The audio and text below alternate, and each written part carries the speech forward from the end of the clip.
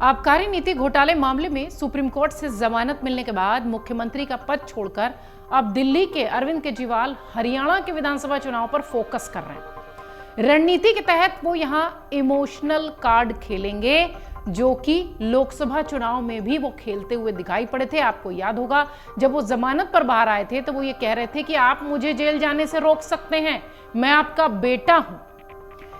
विधानसभा चुनाव में भी कुछ ऐसा ही इमोशनल कार्ड खेलते नजर आने वाले हैं केजरीवाल। एक तो केजरीवाल मूल रूप से हरियाणा के रहने वाले हैं, दूसरा जेल में रहने के बाद सीएम पद से इस्तीफा देने के बाद मतदाताओं की, वोटर्स की सहानुभूति हासिल करने की वो कोशिश करेंगे।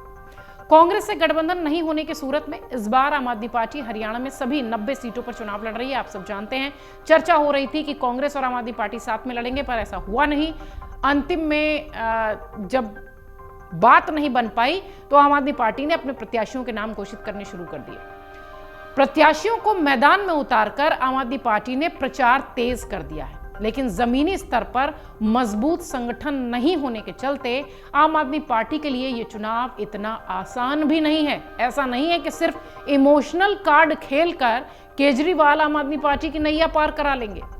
केजरीवाल के बाहर आने के बाद आम आदमी पार्टी के नेता और कार्यकर्ता उत्साहित हैं। दिल्ली के मुख्यमंत्री का पद छोड़कर केजरीवाल सीधे हरियाणा का रुख करेंगे। संभावना कुछ ऐसी भी है कि केजरीवाल की हरियाणा में 5 से 6 बड़ी रैलियां होंगी और दर्जन भर से अधिक रोड शोज होने वाले।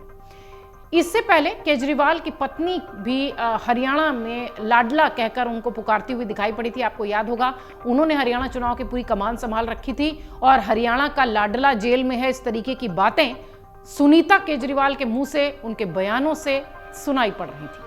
अब खुद केजरीवाल हरियाणा के दौरे पर रहेंगे तो लोगों से हो सकता है वैसे ही भावुक अपील करें कि मैं आपका लाडला हूं, आपका बेटा हूं, क्योंकि लोकसभा चुनाव में वो ये कहते दिखाई पड़े थे। इन सब के अलावा पंजाब और दिल्ली में आम आदमी पार्टी की सरकार द्वारा कराए जा रहे काम का बखान भी अरविंद केजरीवाल यहां करते दिखाई पड़ेंगे। केजरीवाल मुख्य रूप से शिक्षा और स्वास्थ्य के साथ साथ मुफ्त बिजली पानी का मुद्दा बनाने की कोशिश करेंगे, क्योंकि आम आदमी पार्टी के मैनिफेस्टो में भी 5 गारंटियों की बात कही गई है, जिसमें बिजली, शिक्षा की बात, फ्री की बात कही गई है। मुख्यमंत्री पद से इस्तीफा देने का ऐलान करने के बाद अरविंद केजरीवाल ने सबको चौंका तो दिया, लेकिन यह पहला मौका नहीं है जब केजरीवाल इस तरह के सियासी दांव खेलते हैं या यूं कहें कि सनसनी पैदा करते हैं। इससे पहले 2013 में पहली बार दिल्ली की सत्ता हासिल करने वाले केजरीवाल ने कई चौंकाने वाले फैसले लिए थे। आपको याद होगा, पहली बार 49 दिन तक सरकार चलाकर अचानक से केजरीवाल ने इस्तीफा दे दिया था। उस वक्त मुख्यमंत्री ने इसकी वजह जन लोकपाल बिल पास न हो पाना बताया था। इसके बाद विधानसभा के चुनाव हुए तो केजरीवाल की पार्टी ने अकेले ही बहुमत हासिल कर लिया। तिहाड़ जेल से 2 दिन पहले जमानत पर बाहर निकले दिल्ली के मुख्यमंत्री अरविंद केजरीवाल ने ऐलान कर दिया कि वो इस्तीफा दे रहे हैं। वो दिल्ली विधानसभा भंग करने की सिफारिश नहीं करेंगे। इसका मतलब कि नया सीएम होगा। मंगलवार को आम आदमी पार्टी के विधायक दल की बैठक में नए नेता का चुनाव होगा। इसके बाद दिल्ली में नई सरकार के गठन की प्रक्रिया शुरू हो जाएगी।